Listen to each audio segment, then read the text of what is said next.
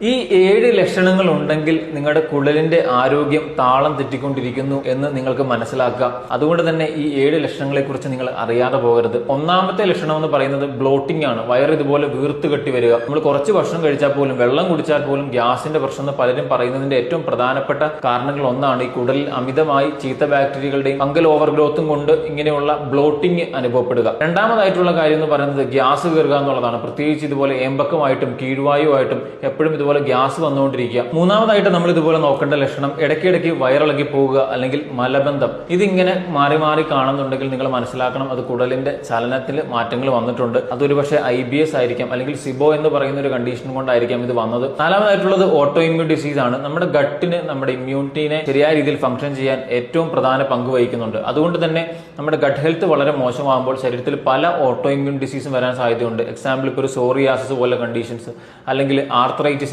കണ്ടീഷനിലേക്ക് നയിക്കാം. അതുപോലെ തന്നെ അഞ്ചാമതായിട്ട് നോക്കിക്കാണേണ്ട ലക്ഷണം എന്ന് പറയുന്നത് ഫുഡ് ഇൻടോളറൻസ് ആണ്. നേരത്തെ നമ്മൾ ആ ഭക്ഷണങ്ങൾ കഴിച്ചുകൊണ്ടിരുന്നപ്പോൾ നമുക്ക് ഒരു പ്രയാസം ഉണ്ടായിരുന്നില്ല, പക്ഷെ ഇപ്പൊ കഴിക്കുമ്പോൾ അത് ബുദ്ധിമുട്ടുകൾ ഉണ്ടാക്കുന്നു. ചീത്ത ബാക്ടീരിയകൾ വളരുന്നതിന്റെ ഒരു ലക്ഷണമാണ് പറയുന്നത്. ആറാമതായിട്ടുള്ള ലക്ഷണം സ്കിന്നിൽ വരുന്ന മാറ്റങ്ങളാണ്. ഡ്രൈ സ്കിൻ, ചൊറിച്ചിൽ, അതുപോലെ തന്നെ സ്കാൽപ്പിൽ ഇതുപോലെ ഡാൻഡ്രഫിന്റെ പ്രശ്നം, അതുകൊണ്ട് തന്നെ മുടി കൊഴിച്ചിൽ അനുഭവപ്പെടുക. ഇതൊക്കെ കൂടുതൽ അമിതമായിട്ട് ചീത്ത ബാക്ടീരിയ വരുമ്പോൾ കാണിക്കുന്ന ലക്ഷണങ്ങളാണ്. ഏഴാമതായിട്ടുള്ള ലക്ഷണം എന്ന് പറയുന്നത് നമ്മുടെ ഉറക്കം, സ്ലീപ്പിൽ വരുന്ന ചേഞ്ചസ് ആണ്. ഒരു പക്ഷേ ഗട്ടിന്റെ ഹെൽത്ത് വളരെ മോശമായതുകൊണ്ടാവാം ഈ പറഞ്ഞ ഓർക്കക്കുറവ് നിങ്ങളെ അലട്ടുന്നത്. അതുകൊണ്ട് തന്നെ ഞാൻ ഈ പറഞ്ഞ 7 ലക്ഷണങ്ങളിൽ 2-3 ലക്ഷണങ്ങളൊക്കെ ഉണ്ടെങ്കിൽ, നിങ്ങൾക്ക് അതിന്റെ ഒപ്പം ദഹന പ്രശ്നങ്ങളും ഡെവലപ്പ് ചെയ്യുന്നുണ്ടെങ്കിൽ നിങ്ങൾ മനസ്സിലാക്കണം നിങ്ങളുടെ കുടലിന്റെ ആരോഗ്യം വളരെ മോശമായിക്കൊണ്ടിരിക്കുകയാണ് എന്ന്.